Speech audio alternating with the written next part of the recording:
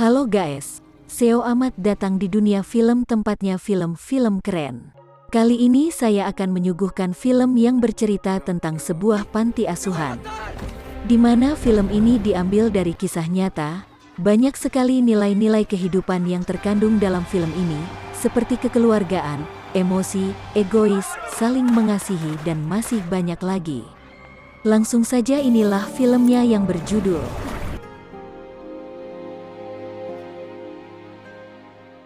Film diawali dengan tokoh utama yang terbangun dari tidurnya karena mimpi buruk. Ia bernama Omar dan istrinya Beka.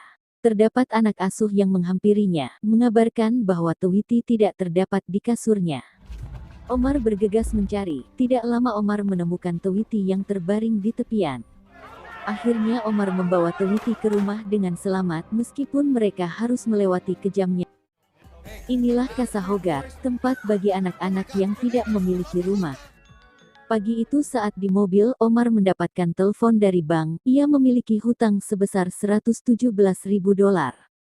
Dengan terpaksa ia menutup telepon tersebut dan langsung melanjutkan untuk membenahi roda ban mobil yang kempes. Ternyata roda tersebut terkena paku dan Omar langsung mencabutnya. Omar menghampiri Tweety yang merasa sedih karena ditinggal ibunya. Mereka mengobrol layaknya ayah dan anak. Omar memberikan paku itu kepada Tweety untuk ditancapkan ke kertas yang terdapat keinginannya, maka Tuhan akan mendengar. Tweety pun percaya perkataan Omar dan menerima pemberian Omar.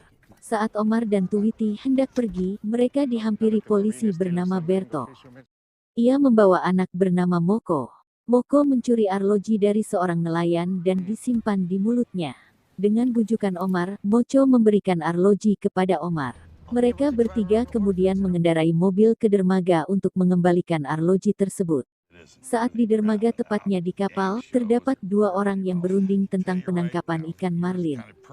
Kapten Wade dan Gary. Wade merupakan seorang nelayan yang telah memenangkan juara memancing ikan marlin kelas dunia. Akhirnya perundingan itu tidak membuahkan hasil dan kapten mengusir Gary.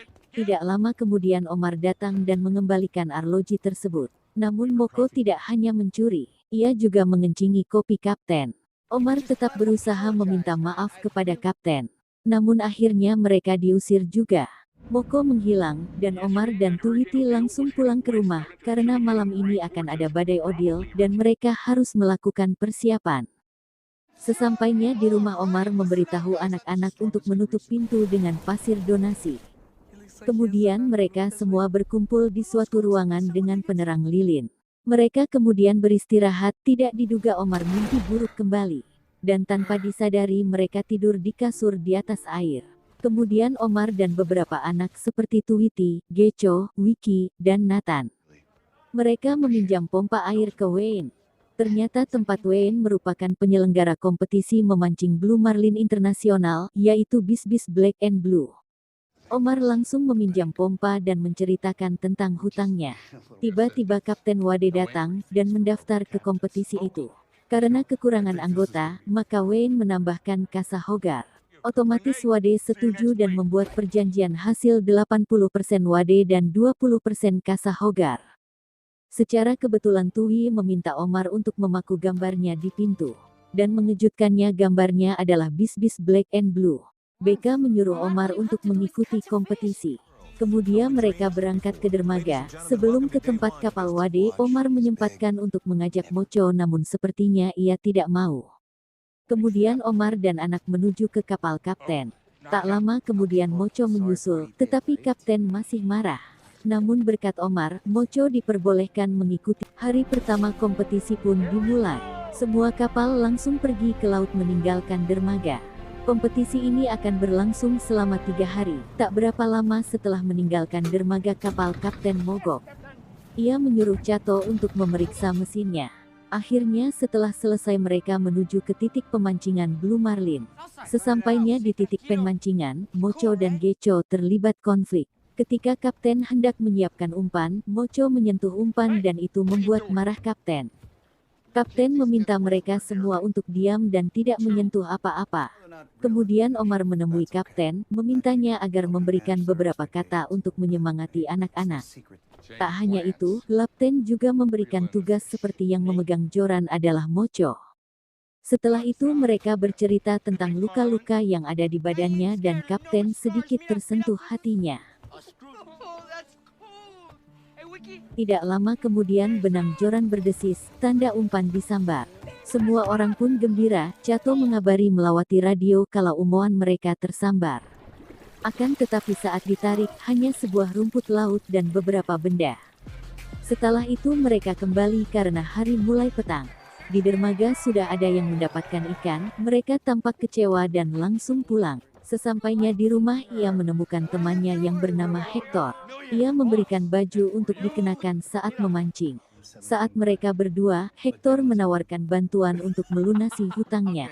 Namun Omar menolak karena ia sudah 10 tahun tidak bertemu Hector dan menganggap pasti ada udang di balik bakwan. Hari kedua pun tiba, mereka mengenakan pakaian dari Hector. Tak lama kemudian mereka berangkat, sebelum itu Kapten menyiapkan umpan serta mengajari Wiki cara membuat simpul. Setelah umpan dilempar Kapten menyuruh Wiki untuk menjadi pemegang joran. Sembari menunggu umpan disambar Kapten menceritakan kisahnya yang meninggalkan putranya karena memancing. Tidak berapa lama senar joran berdesis, Wiki langsung mengambil alih dengan komando dari sang Kapten. Di sisi lain Mocho dan Geco terjatuh ke laut karena Geco mengejek Mocho. Omar melempar ban pengaman, namun di sini konsentrasi Kapten terpecah. Lalu ia lebih memilih menyelamatkan dua anak tersebut. Alhasil senar Wiki terputus dan ikan pun terlepas. Itu membuat Kapten sangat kesal. Hari kedua pun telah usai, mereka kembali ke Kasahogar bersama dengan Mocho. Ia disambut oleh istrinya yaitu Beka, serta Toweti memberikan gambar Kapten yang mengangkat ikan marlin yang besar. Ia memintanya memaku di pintu. Tak lama, Omar pergi menemui Kapten dan memberikan sebuah makanan. Mereka di sana saling bercerita satu sama lain, mulai dari sinilah mereka lebih saling mengenal. Setelah kembali ke rumah dan beristirahat Omar bermimpi buruk kembali.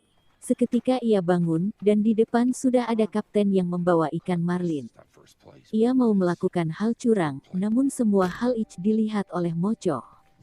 Setelah itu Omar tambah gelisah, namun hari sudah pagi mereka kemudian pergi ke dermaga beserta Toweti. Kompetisi ketiga pun dimulai, baru saja dimulai kapal mogok lagi namun bisa diatasi. Setelah sampai di titik pancing, Cato mengalihkan perhatian anak-anak ke depan kapal untuk makan. Sementara Kapten dan Omar membuka ikan marlin tadi. Namun Omar lebih memilih untuk membuang ikan tersebut. Sembari menunggu anak-anak belajar memancing dengan Cato, sedangkan Omar melempar paku ke laut arah umpan. Tidak disangka senar berdesisi, kemudian Omar mengambil alih dengan bantuan arahan sang Kapten. Cato bergegas menghubungi ke radio bahwa umpannya disambar. Seketika semua orang senang. Namun saat-saat menggulung senar Omar sangat kelelahan, namun ia tetap semangat demi tujuannya. Ikan marlin memberikan perlawanan yang hebat namun Omar tidak menyerah. Akhirnya ikan marlin berhasil dinaikkan ke kapal dan semua orang pun bersorak-sorak gembira. Waktu kembali ke dermaga, ikan marlin terdebut memiliki berat 174 kg. Ini menjadikannya juara satu di kompetisi bis-bis Black and Blue. Mereka semua naik ke panggung dan menerima merupakan sebuah larya yang diadaptasi dari kisah nyata. Banyak sekali hal-hal yang kita pelajari dari film ini. Semoga kita bisa mencapai apa yang kita inginkan, dan tidak mudah putus asa. Jangan lupa like, share, and subscribe.